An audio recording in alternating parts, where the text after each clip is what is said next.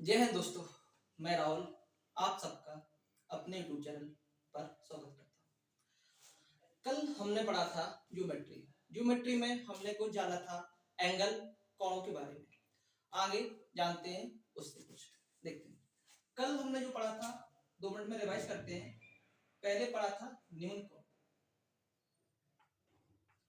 न्यून कोण क्या था?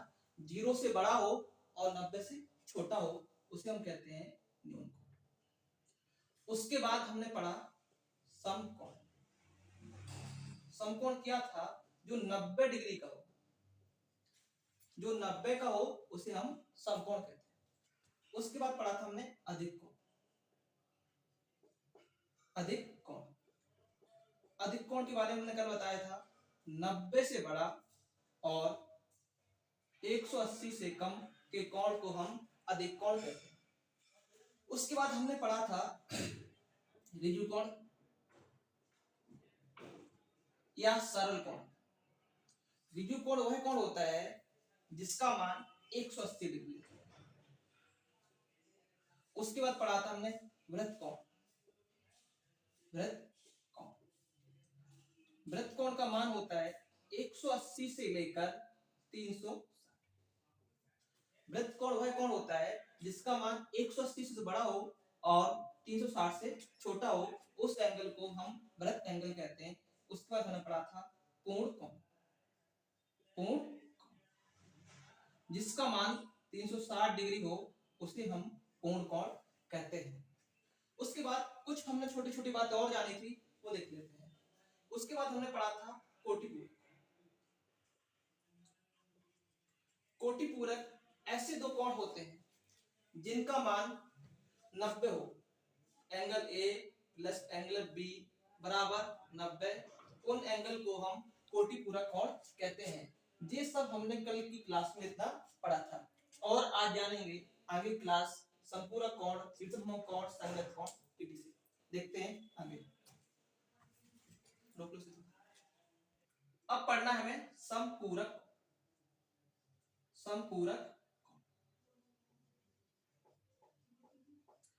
समपूरक कोण इंग्लिश में कहते हैं सप्लीमेंट्री एंगल। सप्लीमेंट्री एंगल, इससे पहले हमने पढ़ा था कोटिपूरक कोण, अब पढ़ना है सप्लीमेंट्री एंगल। तो सप्लीमेंट्री एंगल क्या होता है? ऐसे दो एंगल जिनका सम 180 हो उन्हें हम सप्लीमेंट्री एंगल या संपूरक कोण कहते हैं। Such as angle A plus angle B equal to 180। तो क्या हुआ? संपूरक कोण क्या हुआ?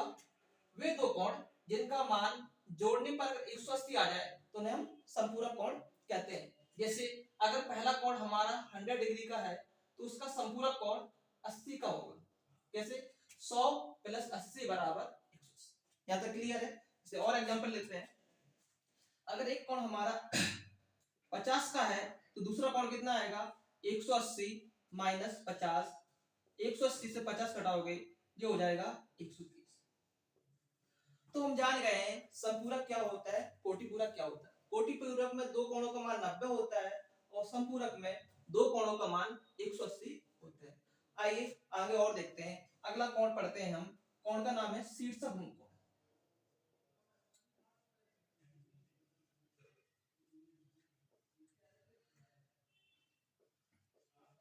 शीर्षभुज कोण इंग्लिश में कहते हैं वर्टिकली अपोजिट एंगल।